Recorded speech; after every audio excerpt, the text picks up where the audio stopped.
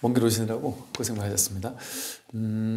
오늘 이제 질문 하나 받아보고 이야기를 하겠습니다. 아들과 부인과 저는 모두 한국인인데 조금 특별합니다. 저는 한국에서 태어났지만 호주 국적을 가지고 있고 집사람은 미국 국적을 가지고 있고 아들은 캐나다에서 태어나서 캐나다 국적을 가지고 있습니다. 가족 여행을 갈 때마다 호주, 미국, 캐나다 여권을 보고 항공사 직원은 깜짝 놀랍니다. 저희들도 정말 특이한 가족이라고 생각이 되는데요. 어느덧 아들이 군복무할 때가 됐습니다. 한국에서 군생활을 원하고 있는데요. 저는 병장 제대하고 사회에 빨리 나왔으면 하는데 아들은 장교 생활을 하고 싶어 합니다. 의견 조율이 쉽지 않아 도움을 청합니다. 이렇게 질문을 하셨어요. 이제 이게 어찌 보면 단순하고 별것 아닌 얘기 같지만 우리는 인생을 살면서는 항상 이런 어찌 보면 별것 아닌데 심각하게 느껴지는 이제 이런 고민을 다들 가지고 있죠. 그러니까 모르겠어요. 저만 그런가 모르겠는데 이런 질문을 딱 들으면 우리가 듣는 사람 입장에선 답이 바로 나오죠. 본인은 고민이 되니까 물었을 거 아니에요. 근데 사실은 본인한테는 엄청난 고민이에요. 근데 이걸 듣는 우리들은 답이 바로 나오죠. 어떻게 답이 나와요? 자식 원한대로 해줘야지 뭐 방법이 있겠어요? 더구나 이제 한두 살 먹은 애도 아니고 이제 군대 갈 때가 돼서 본인이 병사로 갈까? 장교로 갈까? 이건 어찌 보면 상당히 간단한 얘기죠. 당연히 자식에게 맡겨야 되죠. 그러니까 부모님이 할 수 있는 최선의 조언을 해주는 거죠. 당연히 조언은 해줄 수 있을지언정 거기까지죠. 이게 부모님들과 자녀들의 관계에서 또 행복을 위해서 가장 중요한 원칙 같은 거예요. 아이가 고등학교를 졸업할 때쯤이 됐다. 그러면 이제는 물론 고등학교 이전까지는 경제적으로 독립하기 전까지는 부모님의 말을 자녀들이 당연히 들어야 되겠죠. 근데 경제적으로 어느 정도 독립을 한 다음이라면 그 나이가 됐다면 아주 명백하게 부모님은 조언을 해주는 것까지죠.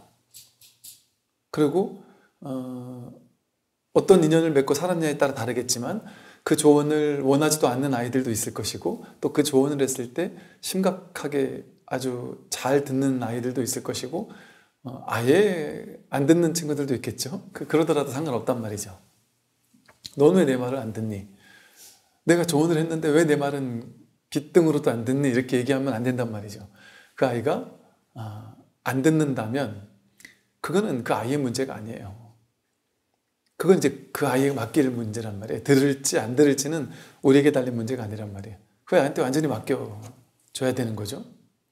그래서 내가 그렇게 얘기를 했는데도 내 말 안 듣는다. 그거는 내 문제가 아니다. 결과는 아이한테 완전히 맡기고 나는 이제 조언해주는 관계 정도. 그래서 진짜 그 아이들이 나이가 들고 나면 진짜 동포다 하는 생각으로 그냥 내 거다, 내 자식이다 이런 생각을 내려놔야만 행복해지죠. 그리고 자식이 내 게 아니에요.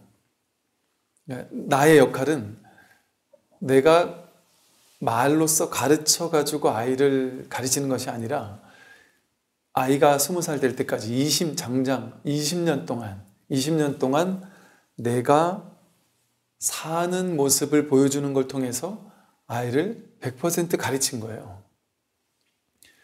그것도 부족해서 말로 더 가르쳐야 된다라는 것도 자기 집착일 수 있어요. 이를테면 아이가 고등학교 졸업하고 독립을 할 때 부모님한테 제대로 된 가정교육을 못 받고 내보내면 어쩌나 하는 걱정 때문에 고등학교 때 아이한테 방을 치우라고, 방을 왜 이렇게 안 치우냐고, 방 청소하라고 하는 것 때문에 싸우고 부딪히거나 빨래를 네 손으로도 할 수 있지 않느냐, 애 공부한다고 바쁘고 이런데 이것도 배우고 저것도 배워야 되고 음식도 배우고 이렇게 만약에 한다면 그거는 이제 자기 생각이죠. 내가 내 생각 가지고 이렇게 잘 가르쳐야만 나중에 나가서 세상에서 밥벌이하고 잘 살 거다 이런 생각. 근데 그렇게 굳이 말로 하지 않아도 그냥 사랑을 듬뿍 주었는데 아이는 음식도 하나 제대로 할 줄 모르지만 혼자 나가서 살아도 자기가 할 때 되면 알아서 다 하잖아요. 다 알아서 하지. 그걸 꼭 가르쳐야 되는 게 아니거든요. 충분한 것은 20년 동안 내가 지저분하면 청소하고 아이들과 이렇게 대화하는 말투, 눈빛, 살아오던 20년 동안 살아오던 그 삶의 방식, 그걸로 충분히 교육은 다 끝났단 말이죠. 내 생각 가지고 그게 부족하다고 여겨서 뭐도 가르치고 뭐도 가르치고 뭐도 가르쳐야만 된다 이렇게 생각하지만 그거는 아이의 몫일 수도 있다는 생각이 들어요. 그래서 아이를 내 거고 내가 어떻게 해줘야 된다 이런 너무 과도한 집착은 안 해도 될 것 같아요. 그냥 아이로 태어난 이상 이제 모든 사람은 각자 자기 업의 상속자여서 부모님의 상속자가 아니라 업의 상속자여서 저마다 자신의 길을 가게 돼 있죠. 스스로 알아서. 그러니까 그것을 믿어줘야 되죠. 한 분의 온전한 부처님인 거죠. 자신의 몫을 자기 스스로 명확히 안단 말이죠. 자기의 길을. 부모님은 몰라요. 근데 아이는 자기 길을 알아요. 물론 겉으로 봤을 때 아이도 몰라요. 부모님도 모르고 아이도 몰라요. 그런데 자기의 인생이 내맡겨졌을 때 자기의 인생을 자기가 어떻게 살아가는 건 그때그때 자기에게서 답이 나온단 말이에요. 자기에게서. 또 그게 올바른 답이고 부모님 머릿속에서 나온 답이 올바른 답이 아닙니다. 부모님은 절대 안 된다고 반대를 하더라도 아이가 자기도 왜 그런지 모르지만 뭔지 모르게 그냥 가심이 시켜서 어떤 일을 하게 될 수 있거든요. 그걸 부모님은 모를 수 있어요. 왜 그러냐면 자기 인연이 나를 어디로 데려갈지는 우리는 그 누구도 모릅니다. 어차피 다 몰라요. 그러나 그 답이 나올 때 누구를 통해 나올까요? 부모님 머리를 통해 답이 나올까요? 자식의 어떤 가슴? 여기를 해서 답이 나오기 시작하는 거지 부모님의 머리에서 나올 수는 없는 거죠. 그래서 어차피 모르는 삶, 모른다라는 게 지혜로운 거거든요. 그 모른다라는 사실을 완전히 받아들이고 모른다라는 사실을 완전히 인정하는 게 그게 지혜로운 삶이죠. 그러니까 내가 아는 척하면서 아이들한테 자꾸 이렇게 고집하고 강압하고 그러지 않으면 가장 지혜로울 거예요. 그래서 아이가 왜 장교 생활을 하고 싶어 하는지 나도 모르고 그 아이도 모를 거야 아마. 그럼 그냥 아이한테 조언은 해주되 완전히 맡겨버리면 알아서 아이라는 한 분의 온전한 부처님이 자신의 인생을 잘 살아나갈 거라는 그런 생각을 하게 됩니다. 오늘 이제 6조 단경과 마음 공부 책 137쪽이고요. 지난 시간에 이제 참된 좌선에 대해서 좌선과 선정에 대한 챕터고요. 지난번에 무엇이 좌선이냐? 밖으로 모든 선악의 경계에 대해서 생각이 일어나지 않는 것이 좌고 안으로 자성을 보아 움직이지 않는 것이 선이라고 했어요. 근데 이제 오늘 부분은요. 선정에 대한 이야기인데요. 보통 우리들은 좌선하면 모양의 좌선을 얘기를 해요. 선정해도 모양의 선정을 생각해요. 그러니까 중생세간에서 중생들은 항상 불교 교리가 나오면 그것을 모양으로 이해하려고 해요. 좌선하면 말 그대로 좌선이잖아요. 그러니까 앉아가지고 선을 하는 거, 그걸 좌선이라고 생각한단 말이죠. 선정도 선이구나. 그리고 고요한 정이구나. 이렇게 자기 이미지로 그림 그리는 게 있단 말이에요. 그렇게 그림 그려서 우리가 취할 수 있는 이제 그런 게 아니란 말이죠. 진정한 법은. 그래서 뭐를 선정으로 하느냐. 선지식들이요. 어떤 것을 선정이라고 할까요? 밖으로 상을 떠나는 것이 선이고 안으로 산란하지 않는 것이 정입니다. 밖으로 상에 집착하면 곧 안의 마음이 산란하고 밖으로 만약 상을 벗어나면 마음이 산란하지 않습니다. 무엇이 선정이냐?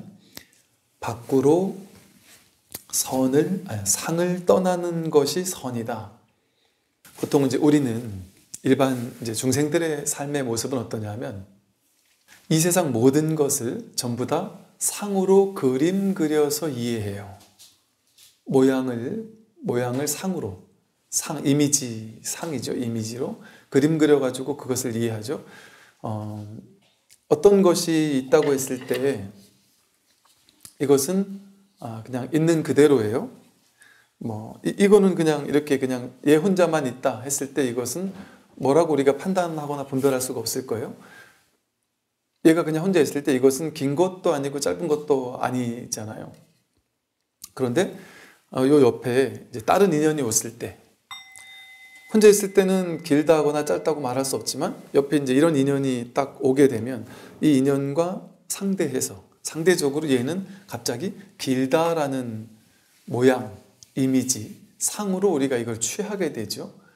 얘가 있는 그대로 보면 비교, 분별하지 않으면 이것이 딱 등장해가지고 둘로 나누어서 비교하면 이걸 분별심이라고 해요. 비교, 분별하면 얘가 곧장 상이 생기죠. 이러한 모양을 이름을 길다라는 이름으로서 상을 취하고 요거는 짧다라는 이름으로 상을 취하게 된단 말이죠. 즉 이렇게 상이라는 것은 그럼 이것이 긴 건가요? 이거는 그냥 이렇죠. 있는 그대로죠. 이거는 뭐 길다거나 짧다고 할 수 없죠. 인연 따라, 조건 따라서 상대적으로만 규정될 수 있는 거잖아요. 그러니까 이거 자체는 긴 것도 아니고 짧은 것도 아니에요. 얘를 길다고 해도 어긋나고 짧다고 해도 어긋나죠. 얘를 길다고 해서 이건 긴 거야 라고 집착을 한다면 어리석은 사람이죠. 얘는 긴 것도 아니고 짧은 것도 아니니까. 상대적으로만 규정되니까. 근데 이 중생세간에서는 이런 것들을 분별해가지고 상으로 취해요. 그리고 그걸 정해버려요. 고정시켜버립니다. 이건 긴 거야. 이렇게. 마치 사람들이 자기 자신을 나는 괜찮은 사람이야. 나는 인생을 잘 살았어. 나는 착한 사람이야. 나는 키도 크고 잘생겼고 학벌도 좋고 능력도 있는 사람이야. 이런 식으로 자기를 규정하잖아요. 그게 정말일까요? 그건 어리석은 생각이죠. 그것은 곧 이것을 길다라고 규정하는 것과 똑같은 생각이란 말이에요. 이건 그냥 인연 따라서 임시로 길다라고도 할 수 있고 더 긴 것 옆에 가면 짧다라고도 할 수 있으니까 얘는 인연 따라 길다거나 짧다가 상으로 임시적으로만 규정될 뿐이지 그걸 고집하면 안 되죠. 정하면 안 되는 거죠. 그 길다거나 짧다는 어떤 모양과 이름에 집착하면 그건 어리석은 거잖아요. 말도 안 되는 거잖아요. 근데 우리는 이런 일을 하고 있단 말이에요. 중생들은 명과 상을 취하는 일을 하고 있단 말이에요. 그러니까 나라는 존재를 만들어 놓고 상으로 취해서 만들어 놓고 오취온이라고 하는 게 몸, 느낌, 생각, 의지, 의식 이 5가지를 나로 취한단 말이죠. 나라는 상으로 취하는 거예요. 이것을 길다라고 정하고 취하듯이 내 몸, 여태까지 살아온 삶의 과정 속에서 내 몸을 보고 남들과 비교를 해서 남들이 나한테 야, 너 인물이 좋다, 잘났다 이런 얘기를 많이 들은 사람은 그 말을 취하겠죠. 그래서 자기는 나는 잘난 사람이구나. 난 남들보다 좀 뛰어난 사람이구나. 이런 자기라는 상을 취한단 말이에요. 몸에서 취해지는 상도 취하겠죠. 살아오면서 이렇게 목욕을 하고 나서 거울을 보면서 자기 몸에 자기 얼굴에 반하는 사람 있죠. 야, 참 내가 봐도 잘났다 이러기도 하잖아요. 그런 모든 삶의 기억들을 취해가지고 자기로 삼는단 말이에요. 또 지금까지 살아오면서 자신이 느꼈던 느낌, 생각, 의지, 의식들을 다 취해가지고 자기로 만들어버려요. 이걸 오취온이라고 그래요. 상을 취하는 거예요, 전부 다. 그래서 내가 어떤 사람이라고 다 자기를 규정하고 있죠. 근데 나는 잘났어, 못났어? 나는 능력 있어, 능력 없어. 이런 모든 자기에 대한 규정, 그건 분별심일 뿐이죠. 상을 취한 결과 만들어진 것일 뿐이죠. 그 말은 곧 얘를 보고 길다라고 막 고집 부리는 거랑 똑같은 거예요. 길잖아 이렇게 고집 부리는 거예요. 전봇대 옆에 가면 얘는 한없이 짧은데도 불구하고 이렇게 유연하게 이걸 길다라고도 보지 않고 짧다라고도 보지 않지만 이렇게 왔을 땐 인연 따라 길다라고도 말할 수 있고 전봇대 옆에서는 인연 따라 짧다라고도 말할 수 있는 유연함, 이게 중도적인 안목이거든요. 길다 해도 취하지 않고 짧다 해도 취하지 않지만 길다도 쓸 수 있고 짧다도 쓸 수 있는 거죠.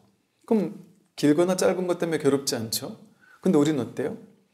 자기를 능력 있다거나 능력 없다라고 분별해 놓고 그 분별은 삶의 경험 속에서 남들과의 비교 분별에 의해서 만들어진 허망한 건데도 불구하고 그걸 정해놔요. 나는 괜찮은 사람이야. 나는 별로인 사람이야. 그리고 자기 자신의 정체성을 딱 규정해요. 그래 놓고 어리석게도 그걸 믿어버리는 거예요. 그 생각에 집착해버리는 거예요. 그게 맞다라고 탁 정하고 있는 거예요. 얘 보고 길다라고 정하는 건 똑같아요. 얼마나 어리석은 생각이에요? 그럼 이 어리석은 분별망상을 내려놓으면 상을 취하지 않게 되겠죠. 인연 따라 상을 쓸 수는 있을지언정. 때로는 남들 앞에서 겸손하게 아유 저는 잘 모릅니다 이렇게 말할 수 있죠. 인연 따라 좀 부족한 게 많습니다 이렇게 말할 수 있죠. 그 말을 다 써먹을 수 있는 거예요. 그러나 부족하다는 데도 머물지 않고 또 내가 남들보다 우월하다는 데도 마음이 머물지 않는단 말이죠. 무엇이라도 정해놓고 거기 머물러 버리면 그건 집착하는 생각이니까 그건 가장 어리석은 생각인 거죠. 근데 우리가 중생인 이유는 모든 사람들은 전부 다 나에 대해서만이 아니라 타인에 대해서 모든 사람들에 대해서 다 분별하고 있죠. 저 사람 별로야. 저 사람 능력 있어. 저 사람 능력 없어. 내 아들은 이래. 내 딸은 이래. 내 남편은 이래.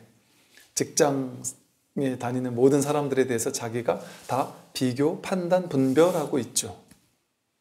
내가 그렇게 싫어하는 그 직장에서 만난 그 사람도 그 사람의 부모님은 그 사람을 끔찍히 사랑할 거예요. 어떤 인연에선 그 사람이 능력 없을 수 있지만 또 다른 인연에서는 능력을 발휘할 수도 있거든요. 그래서 우리가 생각하는 모든 것 전부 다 분별망상 상이에요. 상. 계절이 어느 계절이 좋으냐. 나는 봄이 좋다. 난 여름이 좋다. 난 겨울이 좋다. 나는 겨울은 너무 싫다. 이렇게 말할 수 있죠. 근데 그건 모양을 취한 거죠. 봄, 여름, 가을, 겨울을 살아오면서 경험 속에서 배워오고 익히고 그 계절에 대한 어떤 경험들 그것들을 가지고 내가 취하거나 버리거나 해서 나는 어떤 계절은 좋고 어떤 계절은 싫어라고 말하고 있죠. 근데 진실은 그런 게 없죠. 모든 계절이 다 필요하죠. 밤과 낮이 똑같이 필요하고 들숨과 날숨이 똑같이 필요하고 좋은 사람과 나쁜 사람이 우리에게는 반드시 똑같이 필요합니다. 내 인생에 항상 좋은 사람만 있어야 되는 게 아니에요. 인연 따라 나도 선업도 짓고 악업도 지었잖아요. 그럼 내가 지은 마음의 이 투사인데 이 세상은 당연히 온갖 다양한 사람들이 등장하죠. 근데 이 세상에 대해서 우리는 항상 그렇게 취사간택한단 말이에요. 분별해서. 내가 좋다, 좋은 게 없는데 좋다라고 집착한 다음에 좋은 건 내 걸로 만들어야 돼 하고 애착하고 집착한 걸 내 걸로 가지려는 의도로 세상을 살아가잖아요. 가진 노력을 다하면서 애쓰면서 유의 조작하면서 업을 지으면서 못 가지면 괴롭다 여기면서 또 내가 싫다라고 해석한 거에 대해서는 미워하고 도망치려고 하고 거부하려고 하면서 그것을 내 인생에서 없애기 위한 모든 노력을 다하며 살아요.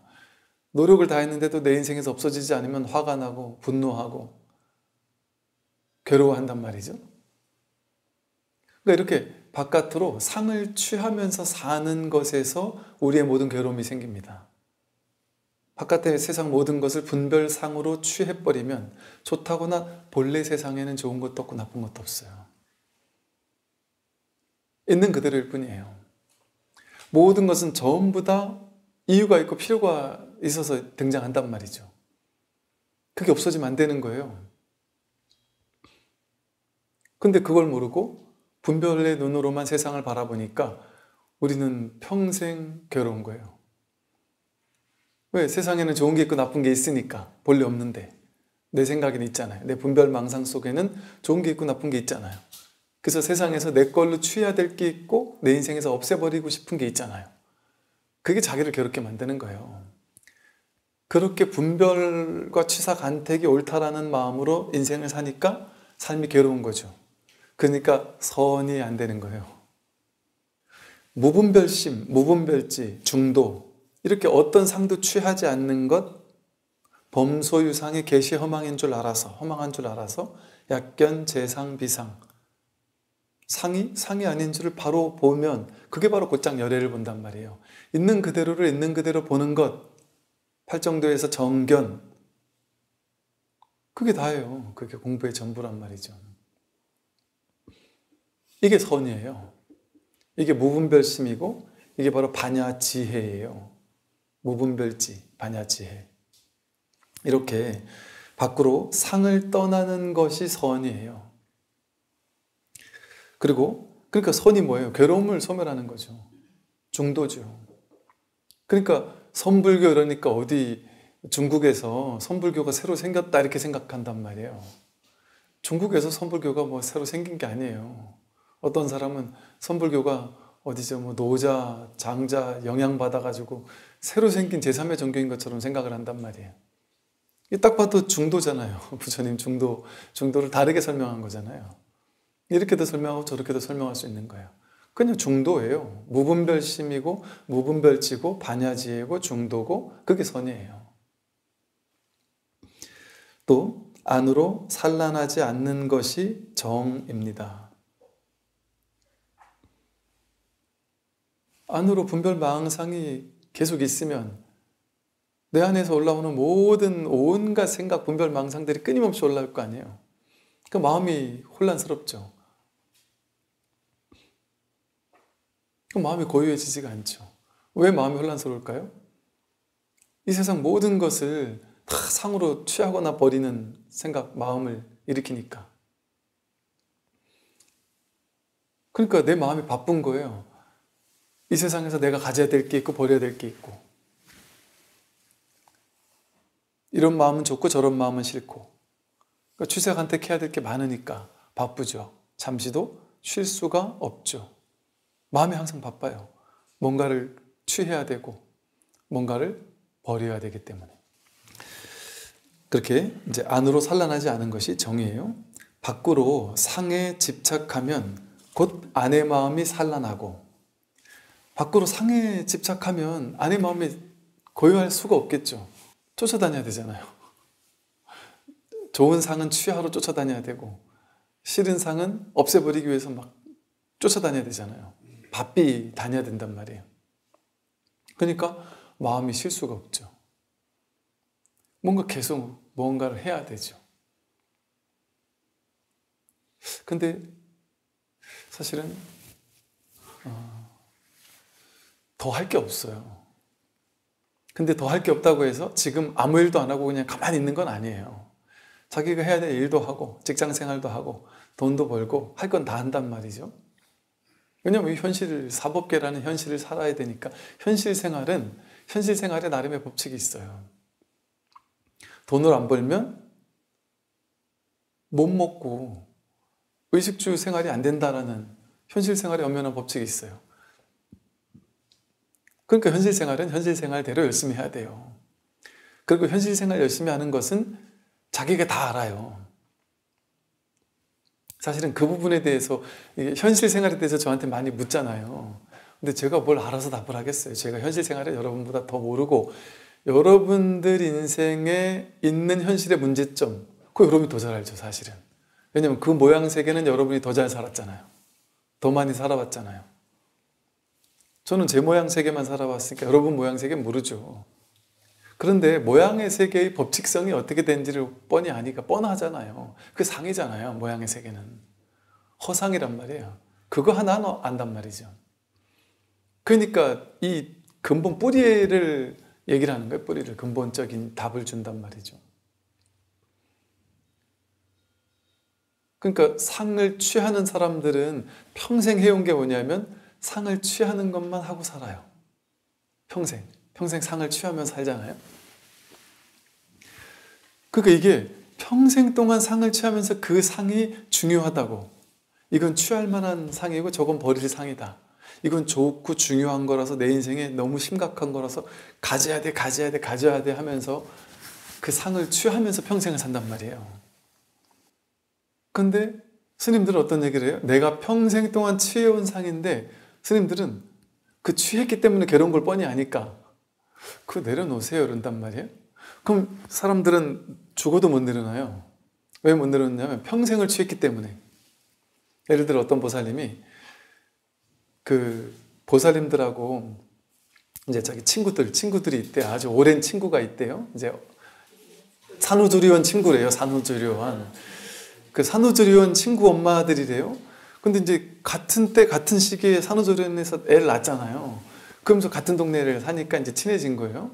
그러니까 이제 애들끼리 친해진 건 좋은데 얘 저애가 자꾸 비교가 되잖아요.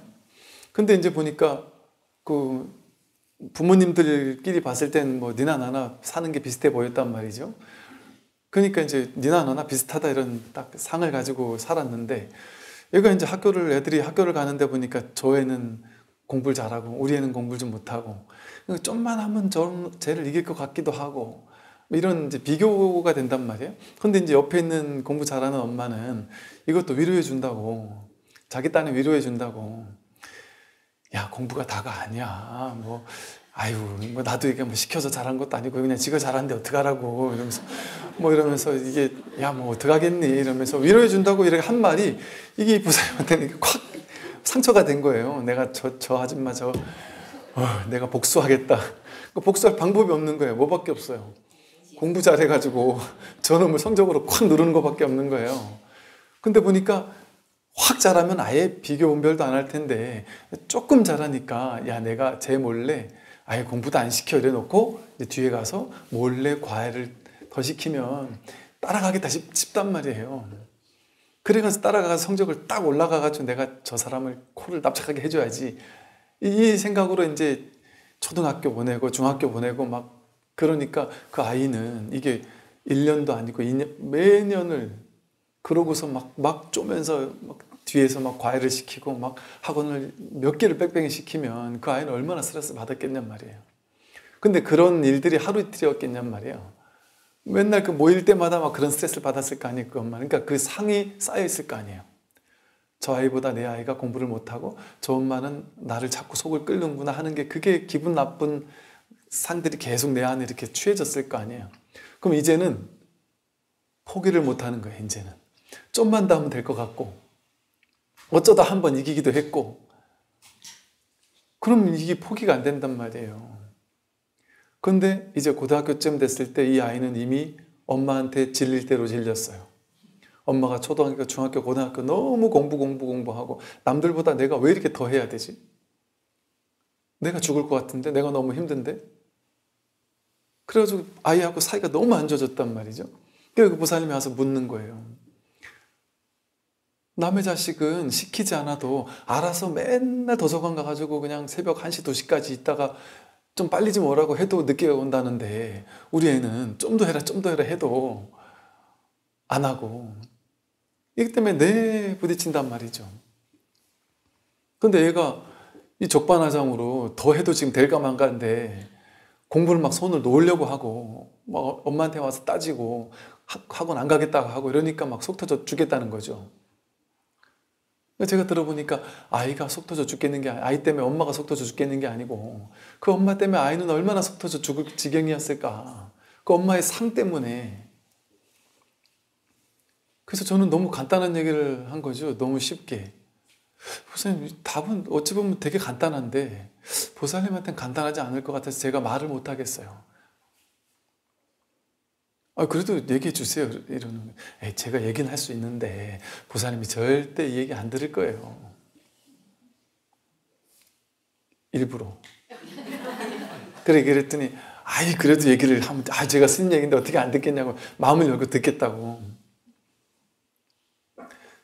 그 아이가 진짜 얼마나 힘들지 생각해 보셨냐고. 왜 그렇게 아이한테 그렇게 그러시냐. 완전 탁 내려놓을 수 없겠느냐. 그 아이는 겉으로 힘들다, 짜증난다, 오늘 학교 안 갈 거다, 학원 안 갈 거다, 학원 끊을 거다 막 싸우듯이 말하니까 엄마도 애가 그냥 하는 소리인 줄 알고 그냥 같이 막 싸우듯이 소리 빡 지르고 가라고 막 이렇게 얘기하겠지만 그렇게 툭툭 던지듯 하는 말이 그냥 짜증난 게 아니고 아이는 오랫동안 쌓여가지고 엄청난 상처가 됐을 수도 있다. 그렇게 해가지고 고등학교 때 아이들이 막 정신적으로 엄청난 충격이 오거나 막 이게 뭐 글자만 보면 더 이상 못 볼 것 같은 막 이게 장애 같은 게 오거나 난독증 같은 게 오거나 이런 경우도 상당히 많거든요. 그래서 그 상을 내려놓으면 되는데 보살님이 그 상이 어릴 때부터 계속해서 인연 속에서 만들어진 상이어서 그 상을 단박에 놓기가 쉽지 않을 거다. 근데 그 상을 단박에 탁 내려놔 버리면 모든 문제가 사라질 수도 있습니다. 근데 이게 너무 오랫동안 쌓인 거니까 못 놔서 그렇죠. 근데 오랫동안 쌓인 것도 사실은 놓으려면 단박에 놓을 수 있어요. 놓을 수 있어요. 많이 봤거든요. 여러분 이제 남편에게 열심히 해가지고 진급해야 돼. 남편도 나는 진급해야 돼 하고 몇 살까지는 절대 아이들 졸업할 때까지는 내가 이 회사를 나갈 수 없어 하고 엄청나게 막 그냥 직장 생활에 집착하죠. 그럴 수 있죠, 당연히. 그죠? 근데 그거 내려놓는 것 순간입니다. 근데 이제 자기 스스로는 못 내려놔요. 그러니까 죽어라고 어떤 일이 있어도 진급해야 되겠다고 막 싸우다가 근데 언제 내려놔요? 진급 똑 떨어지면. 그럼 뭐 이제 어쩔 수가 없잖아요. 떨어지면. 어쩔 수 없으면 저절로 내려놔줘요. 근데 이걸 탁 내려놓고 나면 그때부터 자유가 옵니다. 아, 내가 평생을 이 직장 아니면 죽을 것 같이 생각하고 이 직장에 올인하며 살았는데 진급 딱 떨어지고 나서 순식간 저절로 탁 내려놓고 나서 가만히 되돌아보니까 아, 내가 왜 이렇게 어릴 때부터 지금까지 이 직장에 이렇게 목매며 살았지? 생각해보니까 직장에 단점도 많고 정말 문제도 많고 다른 데 가서도 뭐 충분히 내가 할 수 있을 것 같기도 하고 그런데 그동안은 안 보였던 거예요. 그 회사의 문제점도 안 보이고 내가 이 직장 여기 아니면 안 된다라는 생각에 꽉 사로잡혀 있었구나. 내가 스스로 상으로 취한 거 이거 아니면 안 된다고. 그 상이 너무 켜켜이 쌓여 있으니까 그 상에서 못 벗어나는 거예요. 그러니까 어떤 그 사장들이 사장을 했던 사람들이 이런 말을 하더라는 거죠. 직장인들은 모르는 사장만 아는 놀라운 비밀이 하나 있다. 직장인들은 죽었다 깨어나도 모른다. 뭘 모르냐? 놀랍게 뛰어난 직장인들이 있을 거 아니에요. 회사에 엄청난 이익을 가져다주는 놀랍게 뛰어난 직장인들이 사장쯤 되면 보일 거 아니에요. 우리 회사에 엄청난 돈을 벌어다 준 사람들이 있단 말이에요. 그 수많은 사람들 중에. 물론 그냥 소소하게 자기 업무만 하는 걸 통해서 돕는 사람도 있고 그들도 반드시 필요한 사람이고 근데 딱 위에 오너 입장에서 봤을 때는 야, 저 사람은 우리 회사에 연봉 1억을 주고 있는데 실제로 우리 회사에 막 5억, 10억, 20억을 벌어다 주는 사람이 있단 말이에요. 근데 그 사람 진급만 시켜줘서 1억 연봉 받던 사람을 1억 3천으로만 올려주면 좋다고 열심히 다닌단 말이에요. 충성을 다하며 열심히 다닌다는 거죠. 근데 회사 입장에서는 제가 저렇게 1억 2천은 왜 저렇게 목을 매지? 진급하는 거 왜 저렇게 목을 매지? 이해가 안 되는 거예요. 저 사람은 우리 회사에 막 50억, 100억을 벌어주고 있는데 왜 저렇게 우리 회사에 목을 매지? 고맙게? 근데 본인은 이 회장 입장에서 봤을 때는 야, 쟤는 지금 나가서 혼자 회사를 차려도 막 몇백억 기업을 차리겠다 싶은 사람들이 있다는 거죠. 근데 그 사람은 그런 생각을 죽어도 못 한다는 거죠. 왜 그럴까요? 졸업하자마자 그 회사에서 그 일을 하는 거 외에는 나는 한 번도 생각해 보지 못한 거예요. 그것만 내 안에는 상으로 취했단 말이에요. 내 인생 그것만 중요한 것처럼 느껴요. 왜? 그 직업 속에 갇히는 거예요. 그 생각 속에 갇히는 거예요. 그럼 그거는 벗어나지 못한다고 생각해요. 이런 식으로 우리는 자승자박, 자기 스스로 자기 세상 속에, 자기 우주 속에 갇혀 있어요. 옛날에 보살님들 보면 옛날 보살님들 그런 경우 있잖아요. 남편이 보살님을 내 손찌검도 하고 아주 막 그냥 욕도 하고 자존감 뚝 떨어지게 자신의 아내를 그렇게 막 혼을 내면서 막 그냥 호통을 치면서 이렇게 평생을 살아온 어르신들이 계셔요. 옛날 할아버지들 보면. 근데 희한한 거, 이 할머니들이 야, 저 정도 되면은 집을 나갈 법도 한데 아주 인내심도 대단하셔요. 끝까지 그냥 버티고 죽을 때까지 같이 살아요. 왜 그렇게 사는가 보면은 자기 스스로 나는 이렇게 욕을 먹어도 이 남편이 없으면 나를 데리고 살 사람이 어딨나 세상에. 그래도 이 사람 밑에 있어야 된다. 그리고 또 어떤 분들은 나쯤 되니까 너를 데리고 살지, 내가 이만큼 돈 갖다 벌어다 주지, 세상에 어떤 남자가 너 같은 사람 데리고 살겠냐, 이렇게 평생을 그러니까 그게 이제 가스라이팅도 되고. 그렇게 평생을 그렇게 사는 분들이 계세요. 근데 그렇게 살다가 이 불교 공부하면서 마음 공부하다가 뭔가 자기가 뭔가 어떤 체험이 있는, 그리고 뭔가 한번 이렇게 탁 나름의 깨달음을 얻은 노보살님 중에는요, 어느 날 갑자기 막 지혜가 생기고 자신만만해지는 분들이 계세요. 그래가지고 남편한테 가가지고 태어나서 처음으로 앉아, 내 눈 똑바로 쳐다봐, 내가 하는 말 허투루 듣지 마, 나 그냥 하는 소리 아니야, 지금부터 요거 고치지 않으면 내가 한 100일 시간을 줄 테니까 요거는 내가 여태까지 너무 어리석어서 그래도 되는 줄 알고 살았는데 이건 절대 안 되는 거였어. 폭력 절대 안 돼. 한 번 더 폭력을 쓴다? 난 이혼이야. 눈 똑바로 뜨고 얘기하는 거예요. 처음으로. 근데 놀랍게도 그 보살님 뭐라 했냐면, 놀랍게도 한편으로는 그렇게 똑부러지게 얘기를 했지만 한편으로는 또 이 사람이 막 또 손찌검 업전하고 겁이 났는데 눈 똑 부러지게 쳐다보고서는 냉정하게 얘기를 했더니 깜짝 놀랐대요. 남편이 나한테 칠 수도 있구나. 남편이 이렇게 깜짝 놀라면서 내 말을 이렇게 새겨 들을 수도 있구나. 이걸 이럴 수도 있는데 난 왜 몰랐지? 그러고 나서 태어나서 처음으로 통쾌함을 느꼈다는 거예요. 태어나서 처음으로 뭔가 이렇게도 살 수 있구나. 또 내 말을 이렇게 받아줄 수도 있는 사람이었구나, 이 사람이. 그러면 내가 이 사람하고 살 수 있지, 오히려. 그러면서 오히려 더 좋은 관계가 되고 더 이상 이혼할 필요가 없다는 말이죠. 오히려 더 이 사람을 더 사랑하게 될 수도 있고 이럴 수 있거든요. 또 제가 말씀드린 것 같은데, 어떤 그 며느리가 시어머니 때문에 너무 스트레스 받아 죽을 것 같이 괴로운 거예요. 지옥 같은 거예요. 그러니까 시어머니 눈빛만 봐도 괴로워 죽겠는 거예요. 벌벌 떨리고. 시어머님이 이것 좀 해라 저것 좀 해라 말만 들으면 너무 스트레스 받고. 그러다가 어느 날 문득 그냥 탁 이러다가 내가 죽겠다. 이렇게 지옥같이 사느니 이렇게 살면 안 되겠다. 그럼 이혼을 할까 생각하다가 어차피 이혼할 정도의 생각을 했으면 까짓거 내가 용기를 내보자 해가지고 시어머니한테 이제는 모르겠다, 에라 모르겠다 하고 쌩글쌩글 웃으면서, 어머니 아침에 시킨 거 제가 못했어요. 오늘 못하겠어요. 처음으로 오늘 못하겠어요. 제가 오늘 친구랑 약속이 있어요. 친구 만나러 가야 되겠어요. 제가 죄송해요.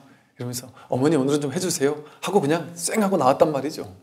그러면서 벌벌 떨면서 나와가지고 친구랑 놀다가 밤에 들어가면서 겁이 나고 시어머니 어떻게 나올까 싶은 게, 겁이 나니까 시어머니 좋아하는 거 맛있는 거 사다가 들고 들어갔더니 시어머님이 싹 청소해놓고 집안 청소해놓고 다 하고 잘 갔다 왔냐 하고 맛있는 거 사다 주니까 은근슬쩍 좋아하면서 방에 들어가서 드시더라는 거죠. 그래서 어머니 괜찮으세요 하고 쓱 옆에서, 그러니까 이게 자기가 용기가 생기니까, 여유가 생기니까 에라 모르겠다, 욕 먹으면 먹는 거고 하고, 용기가 생기니까 오지랖이 넓어지는 거예요. 그러니까 벌벌 떨 때는 엄마한테 그 말을 못 하다가 이제는 에라 모르겠다, 내가 여차하면은 이혼하면 되지 뭐 하고 생각하니까 그냥 가가지고 막 오히려 오지랖도 넓어지고 어머니 하면서 막 그냥 말도 하고, 또 어머님이 시켜도 그거 못해요 하고 얘기도 하고, 그러니까 오히려 사이가 더 좋아지는 사람도 있다는 얘기를 듣고 저도 통쾌했었던 기억이 있거든요. 그러면서 알고 봤더니 시어머니가 나쁜 사람이 아니었는데 자기 상이 어머님을 너무 어려운 사람으로 내가 그렇게 생각했던 거였다는 거죠. 내가 오히려 그렇게 편하게 다가가니까 어머님도 전혀 그렇게 딱딱한 분이 아니었다는 거죠. 반드시 이래라 저래라 하는 사람이 아니었더라는 거죠. 이와 같이 우리는 세상을 자기식대로 생각하고 해석하고 자기가 생각하고 해석해서 그 상을 취해 놓은 것을 실제라고 여기면서 평생을 삽니다. 그런데 놀라운 점은 이 세상 모든 사람은 내가 생각하는 바대로 그렇지 않아요, 사실은. 내가 그렇다고 생각한 것이지. 세상은 훨씬 더 자비롭습니다. 내가 자비로워지면, 내가 유연해지면 세상도 덩달아 자비로워지고 유연해지고 그래요. 세상은 훨씬 친절하고 자비로워요. 세상 사람들은 내가 생각하는 것보다 훨씬 더 아름다운 사람들일 수도 있어요. 내가 견고하게 쌓아놨던 그 생각이 그렇게 만들었던 걸 수 있어요. 제가 처음 출가해가지고 이제 군생활을 하면서 목사님, 신부님들하고 이 장병들 절에 더 많이 어떻게 하면 더 많이 올까 가지고 목사님, 신부님들하고 막 신경전하면서 싸우면서 또 목사님, 신부님들 뭐 경쟁 상대처럼 생각할 때는 이분들이 조금만 이렇게 해도 막 짜증이 나고 내가 이기고 말 때나 이런 생각이 처음에 들었었단 말이에요. 20대 때 젊은 청춘에. 그런데 그냥 마음을 열고 이렇게 보니까 그분들이 우리랑 똑같은 한 분의 하나의 사람이에요. 그분들이 있는 그대로 바라보게 되니까 전혀 그런 거에 신경 쓸 필요가 없어요. 그들이 있는 그대로 바라보게 되고 사랑하게 되고 그러니까 진심으로 이렇게 바라봐 주니까 그분들도 진심으로 이렇게 만나게 되고 사귀게 되더란 말이죠. 그러니까 제 상이었던 거예요. 목사님들이 이럴 거야. 뭐 이럴 거니까 항상 나를 이렇게 딱 벽을 치고 나를 바라볼 거야. 항상 이런 생각을 하니까 그분들도 그랬더라는 거죠. 내가 먼저 무너지니까 내려놓으니까 그분들이 진짜가 보이더라는 거죠. 그랬던 게 아니구나. 이게 다 내 생각이었구나라는 것들이. 그래서 이렇게 밖으로 상을 떠나는 거 이게 선이에요. 그러면 안으로 혼란스러움, 산란함이 고요해지죠. 네, 오늘 여기까지 말씀드리겠습니다. 선물하십시오.